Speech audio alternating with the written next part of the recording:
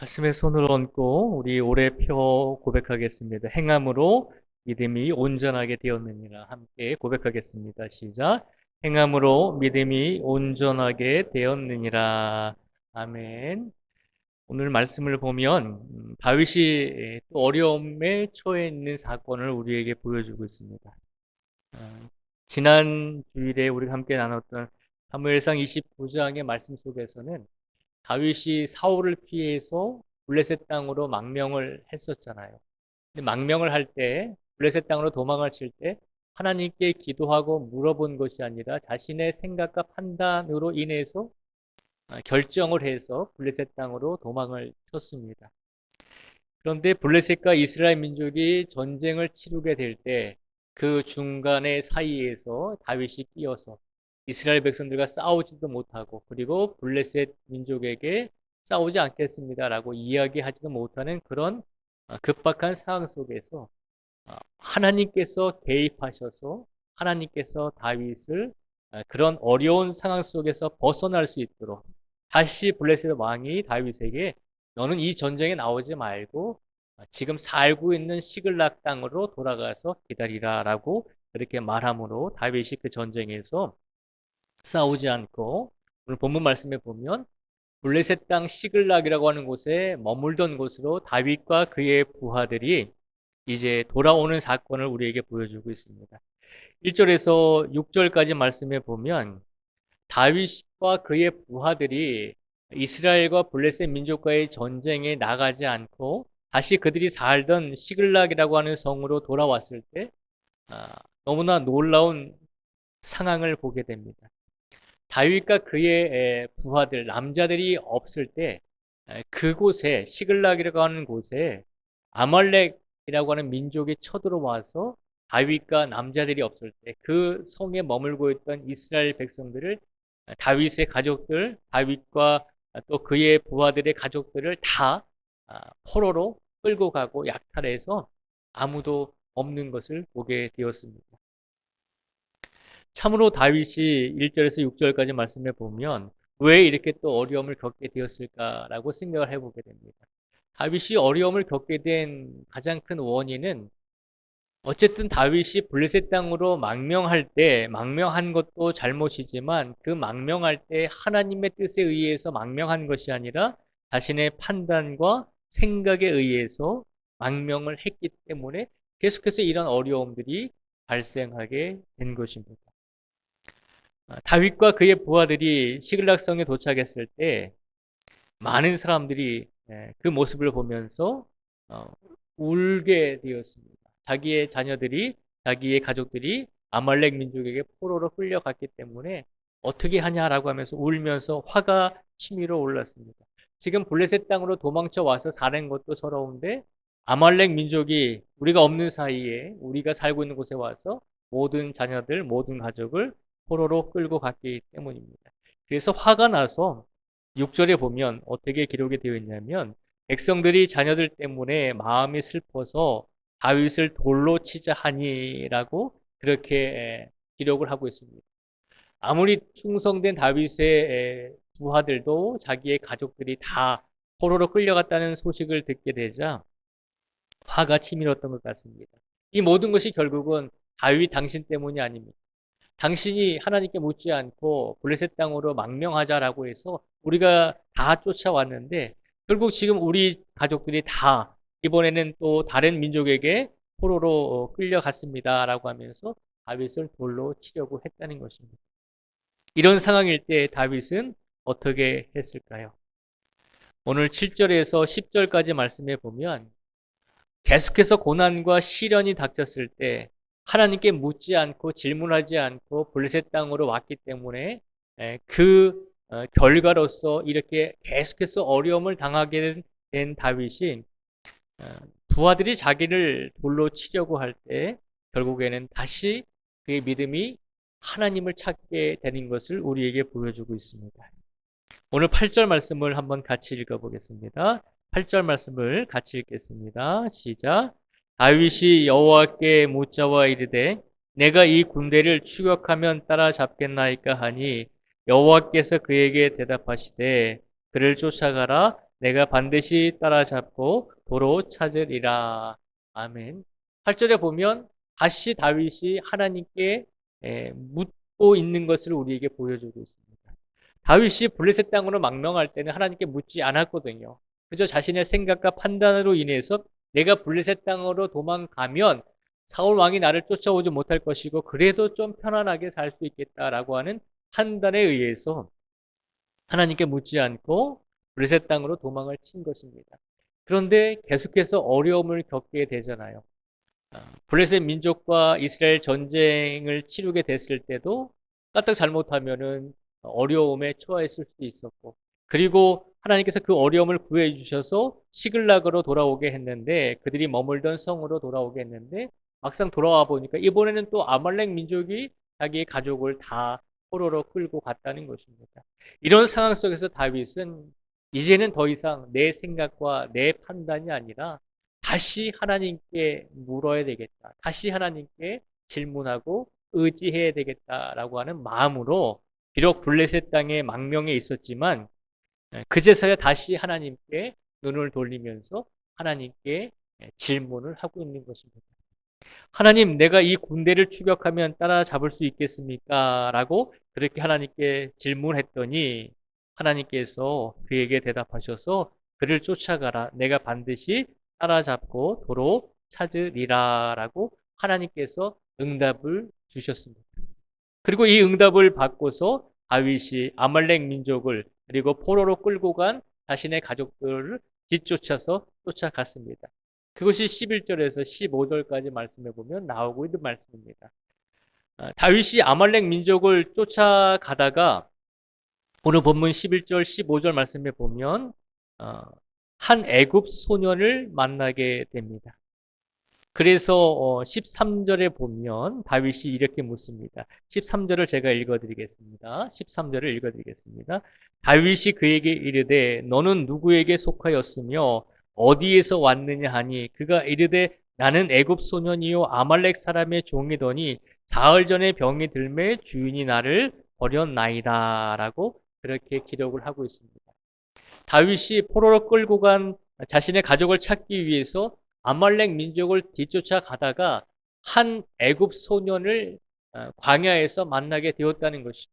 그래서 굶주린 그 애굽 소년에게 먹을 것을 주고 물을 주고 네가 누구냐라고 이렇게 신문을 했더니 나는 아말렉 민족의 종이었습니다. 내가 병이 들어서 내 주인이 나를 이 광야에 버렸습니다. 나와 함께 했던 내 주인과 아말렉 민족이 지금 당신이 머물렀던 시글락에서 많은 사람들을 포로로 끌고 가고 있습니다. 라고 이 애굽 소년이 다윗에게 이야기를 합니다. 정보를 얻게 된 것이죠. 그래서 다윗이 이 애굽 소년에게 제안을 합니다. 네가 우리를 아말렉 민족에게로 인도하라는 것입니다. 그러면 우리가 가서 그들을 쳐부수고 다시 가족을 데려올 수 있기 때문에 애굽 소년을 통해서 다윗이 아말렉 민족을 찾게 되었습니다. 오늘 11절에서 15절까지 말씀해 보면 우연이라고 생각할 수 있겠지만 다윗이 하나님께 물었습니다. 하나님, 내가 아말렉 민족을 쫓아가도 되겠습니까? 라고 물었을 때 하나님께서는 응답을 주셨죠. 네가 쫓아가서 너의 가족들을 다시 찾아오라는 것입니다. 그것이 하나님의 응답이었습니다. 그리고 하나님의 말씀대로 아말렉 민족을 쫓아가고 있을 때 하나님께서는 애굽 소년을 만나게 해 주셨습니다. 그리고 그 소년을 통해서 아말렉 민족이 어디에 있는지를 알게 되었고 이제 자신의 가족들을 찾아가게 된 것입니다. 오늘 하나님께서는 이 애굽 소년을 다윗을 만나게 해 주셨습니다. 우리가 생각할 때 우연인 것처럼 보이지만 하나님께 기도하고 하나님께 물었던 다윗에게 하나님께서 계속해서 응답을 해주고 계신 것입니다.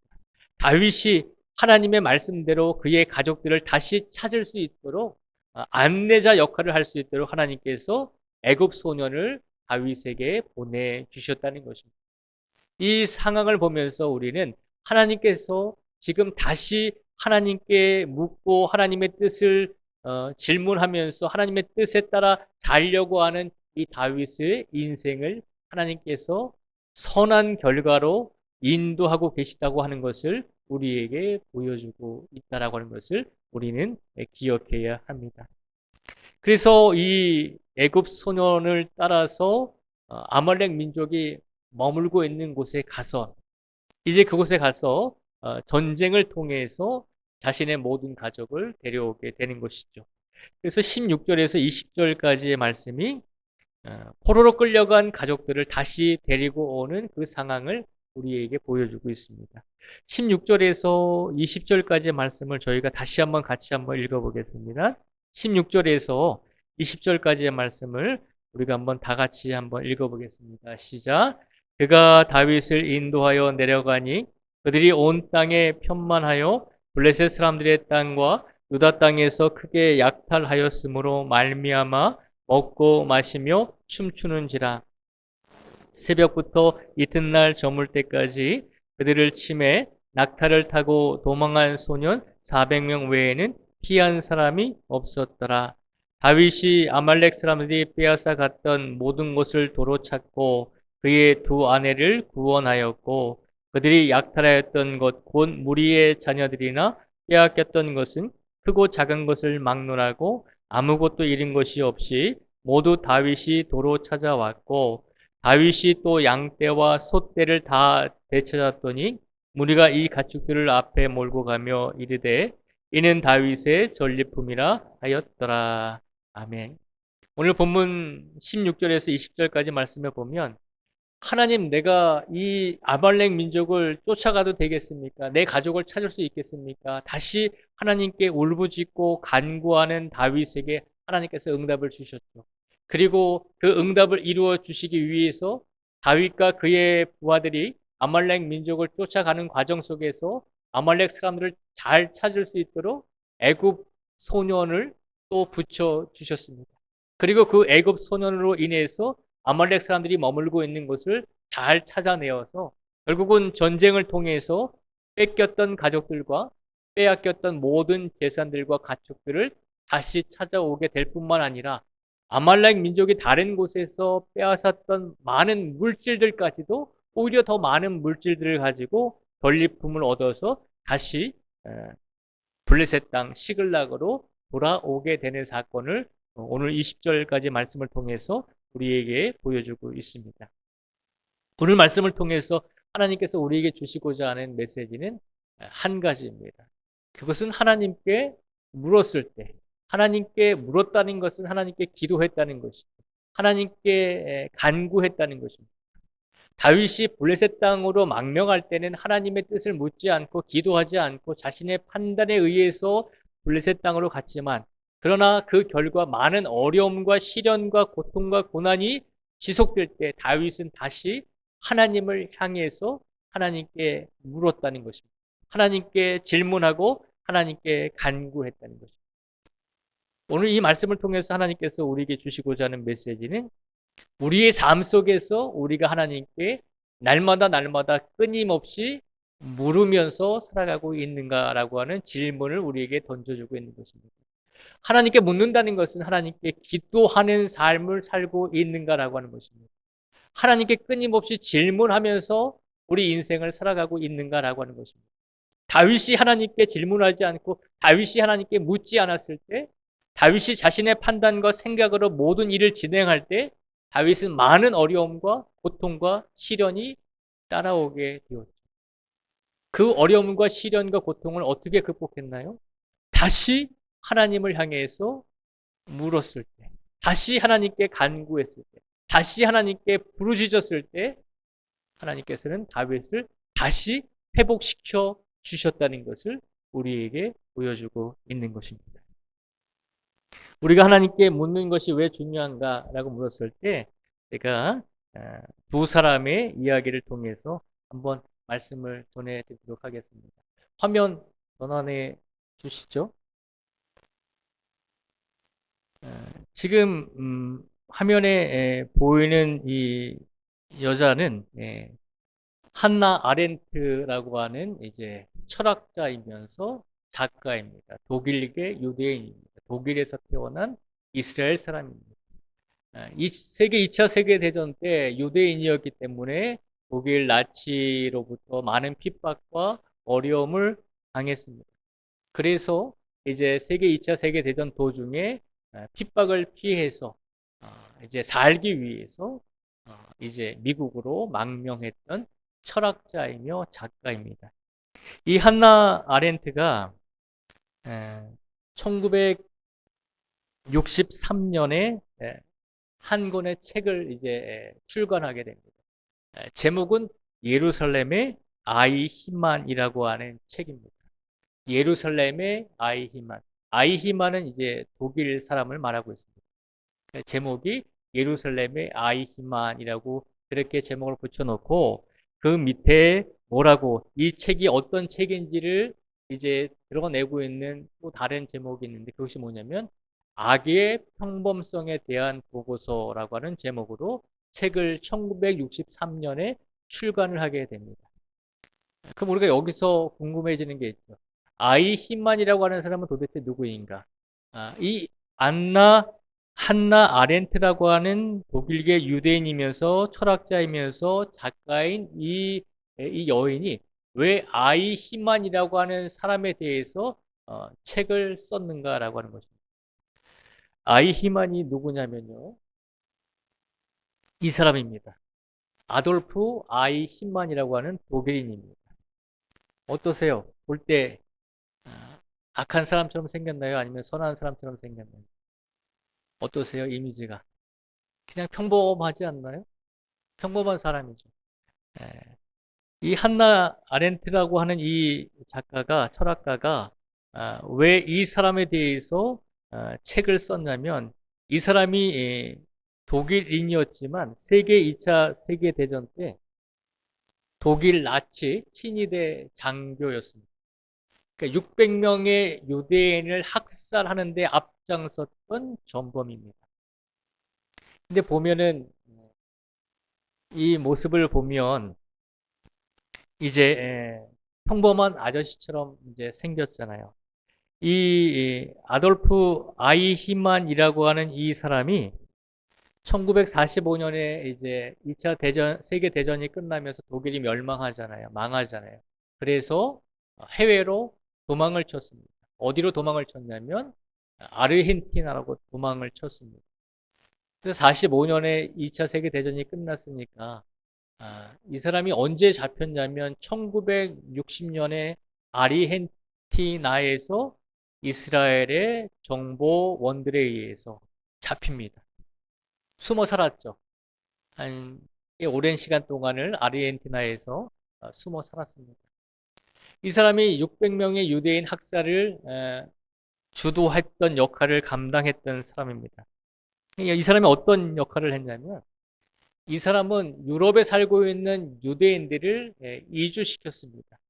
어디로 이주시켰냐면 세계 2차 세계대전이 일어나기 전에 독일에서 히틀러는 유대인들을 자율적으로 이주하도록 했습니다.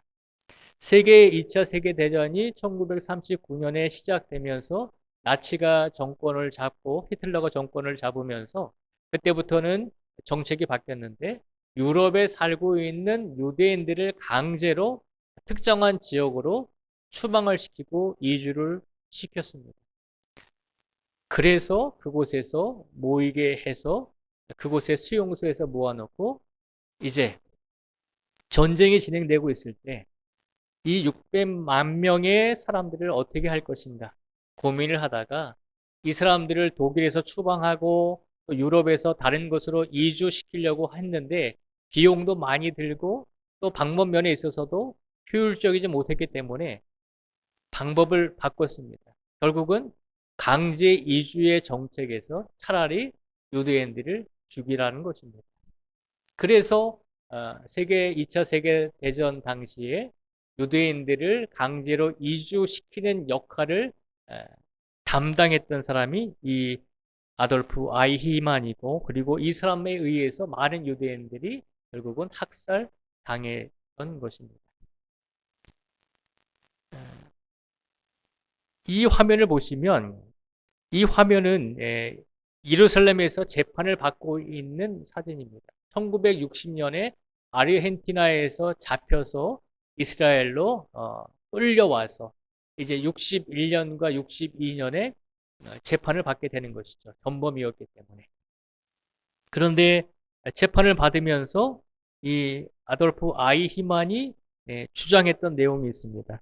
이 사람이 뭐라고 주장을 했냐면, 나는 괴물이 아닙니다. 나는 그렇게 만들어졌을 뿐입니다. 나는 오류의 희생자입니다. 라고 재판을 받으면서 그렇게 주장을 했습니다. 무슨 말인가 하면, 나는 이스라엘 사람들을, 유대인들을 죽이라고 한 적이 없습니다. 나는 단지 이주시키는 역할을 감당했을 뿐이고, 그리고 나는 독일의 군인이었고 장교였기 때문에 나는 나에게 하달된 명령에 복종한 것뿐입니다. 나는 그 역할을 감당한 것밖에 없습니다. 그러니까 나는 괴물이 아닙니다. 나는 조직적인 사회에서, 조직 안에서 나는 그렇게 만들어졌을 뿐입니다. 나는 오류의 희생자입니다. 나는 그냥 시키는 대로만 했을 뿐입니다. 라고 그렇게 주장을 했습니다. 어떻게 생각하세요? 이 주장이 옳을까요? 히틀러가 모든 것을 주도했고, 그리고 이 아이히만의 상급자가 또 있었겠죠. 그들이 다 시킨 일입니다. 나는 그 아래에서 일을 진행한 행정가에 불과합니다. 라고 그렇게 주장을 펼쳤습니다. 이 한나 아렌트가 이 사람의 재판을 2년 동안 보면서, 그리고 이 사람이 1962년에 사형을 당하게 되죠. 그리고 63년에 한나 아렌트가 이 재판을 보면서 그가 생각하고 그가 느꼈던 것, 그리고 이 전범이었던 아이히만을 보면서 이 철학자가 느꼈던 사건들, 마음들, 생각들을 이제 책으로 만들게 된 것이 예루살렘의 아이히만이라고 하는 책입니다. 이 책에서 한나 아렌트는 아이히만에게 그를 바라보면서, 나는 평범한 사람입니다. 나는 시키는 대로 했을 뿐입니다. 나는 그저 위에서 시키는 대로 군인이었기 때문에 복종했고 순종했을 뿐입니다. 그것이 잘못은 아니지 않습니까? 라고 그렇게 주장하는 이 아이히만을 보면서 한나 아렌트는 이렇게 책에서 평가를 했습니다. 그가 저지른 엄청난 절대 악의 현상은 평범성이다라고 하는 겁니다. 그가 절대 악을 행한 것은 평범성이라는 겁니다. 그가 괴물이었기 때문에 그런 악을 행한 것이 아니라, 그가 남들보다 어떤 큰 악한 사람이었기 때문에 그런 전범이 된 것이 아니다라고 하는 겁니다. 그가 악을 행한 것은 그가 평범했기 때문이다라고 하는 거죠. 그것이 뭐냐면 말하기의 무능성, 생각하기의 무능성, 판단의 무능성에서 그 악이 시작이 되었다는 겁니다. 말을 해야 되는데 이것이 잘못인지 이것이 선한 일인지 잘못인지 판단을 하면, 그것이 악한 일이고 잘못된 일이면 그것을 이야기해야 되잖아요. 그런데 아이만은 600만 명의 유대인들이 죽어가는 것을 보면서 아무 말도 하지 않았다는 것입니다. 그것은 옳지 않습니다. 사람들을 이렇게 가스실에서 죽이는 것은 옳지 않습니다. 말하기에 무능성이 있었다는 거죠. 그리고 이 아이히만은 생각하기에 무능성이 있었다는 겁니다. 다른 사람들의 모습을 보면서 생각을 해야 되는데 생각하는 것을 멈추었다는 것입니다. 잘못된 것을 보고 말하지 않았고, 잘못된 것을 보면서도 잘못된 것이다라고 생각하지 않았다는 것입니다. 그리고 판단의 무능성에서 비롯되었다라고 분석을 했습니다. 이것이 옳은 일인지 선한 일인지를 판단하는 것을 멈추었다는 것입니다. 평범한 사람일지라도 말하는 것에 대해서 멈추게 될 때, 생각하는 것에 대해서 멈추게 될 때, 판단하는 것에 대해서 멈추게 될 때, 평범한 사람일지라도 세상에서 손가락질 받는 가장 큰 악을 행할 수 있는 사람이 될 수 있다는 것입니다. 그래서 한나 아렌트가 또 말하고자 하는 것은, 즉 그로 하여금 그 시대의 엄청난 범죄자들 가운데 한 사람이 되게 하는 것은 순전한 무사유였다는 것입니다. 사유하지 않았다는 것이죠. 사유하지 않았다는 것은 결국 생각하지 않고 묻지 않았다는 것입니다. 생각하지 않고 묻지 않았다는 것은 오늘 말씀에 비추어 보면 어떤 이야기일까요? 하나님께 묻지 않고 기도하지 않고 질문하지 않았을 때 아이히만은 이런 악한 일들을 행하는데 앞장설 수 있는 사람이 되었다는 것입니다. 아이히만은 개신교 가정에서 태어난 사람입니다. 개신교 가정에서 태어났다는 것은 우리와 같은 기독교인이라는 것입니다. 아이히만은 칼뱅주의 교회에서 신앙생활을 한 사람입니다. 칼뱅이라고 하기도 하고 칼빈이라고 하기도 합니다. 칼뱅주의적인 교회에서 신앙생활을 했다는 것은 우리와 똑같은 장로교 교단에서 신앙생활을 했다는 것입니다. 우리가 대한예수교 장로회잖아요.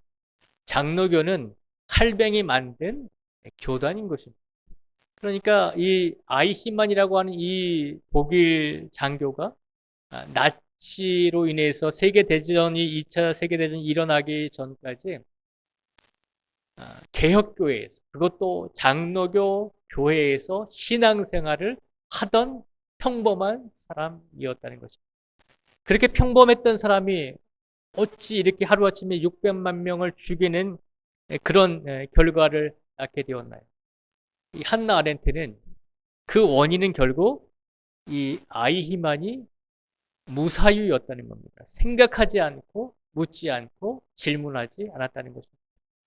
생각하지 않고 질문하지 않았다는 것은 내가 하는 행동들이, 내가 하는 행위들이 올바른가?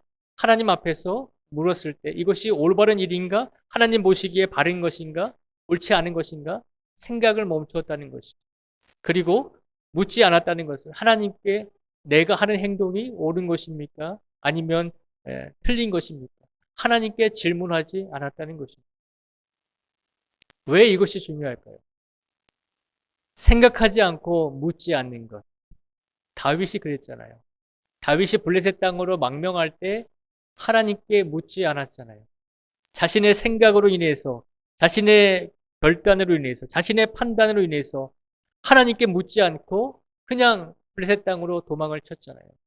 블레셋 땅으로 자신의 생각과 자신의 판단에 의해서 도망쳤을 때, 하나님께 묻지 않고 블레셋 땅으로 도망쳤을 때, 다윗은 결국 계속해서 시련과 어려움을 겪게 되는 과정을 우리에게 보여주고 있잖아요.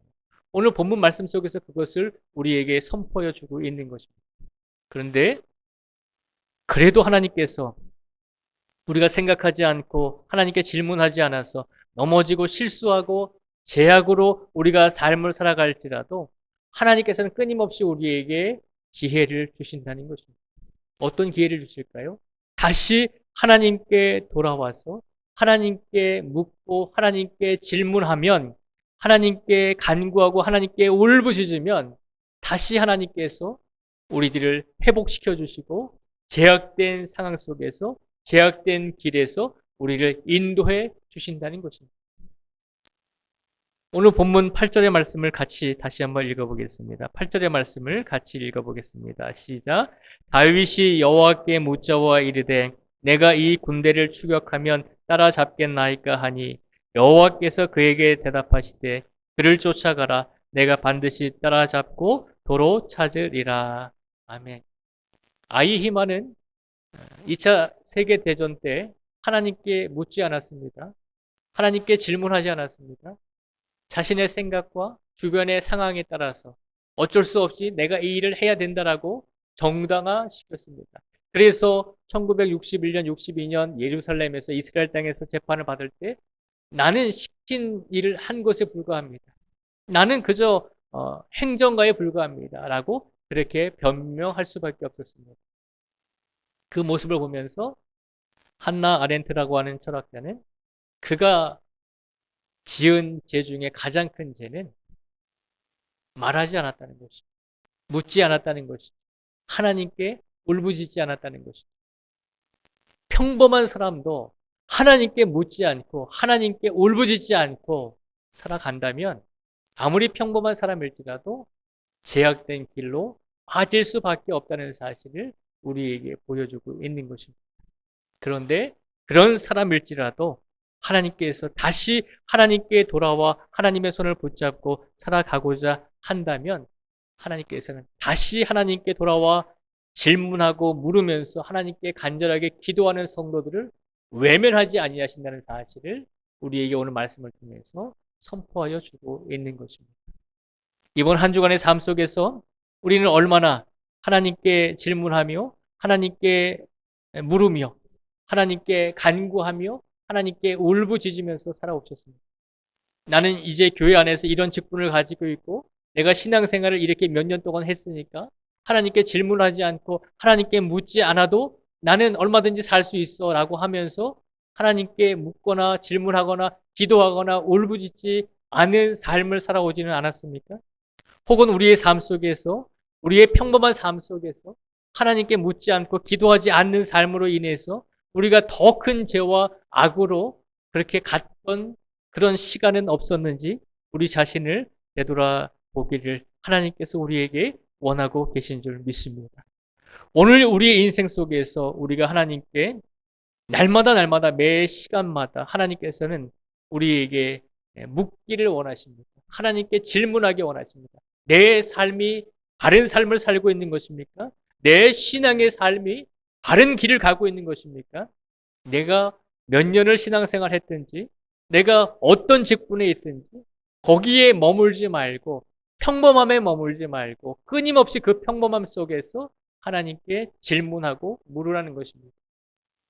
그래야지만 우리의 삶이 우리의 믿음이 더 바르게 더 바른 믿음과 신앙으로 삶을 살아갈 수 있기 때문입니다. 오늘 시간 하나님께서 한 가지 말씀을 우리에게 던져주신 것입니다.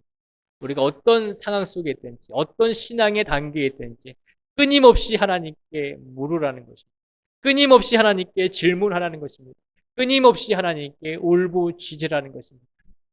그것은 기도의 삶으로 이루어질 수 있다는 것을 기억하시고 남은 우리의 인생 속에서 하나님, 남은 우리의 인생 속에서 우리의 평범한 속에서 우리가 끊임없이 하나님께 질문하고 울부짖고 기도함으로 우리의 남은 인생이 악한 인생이 아니라 하나님 보시기에 바른 믿음의 인생이 될 수 있기를 그렇게 살기를 원합니다라고 하나님께 의지하며 우리의 남은 인생을 그렇게 복된 인생으로 살아갈 수 있기를 주님의 이름으로 축복을 드립니다.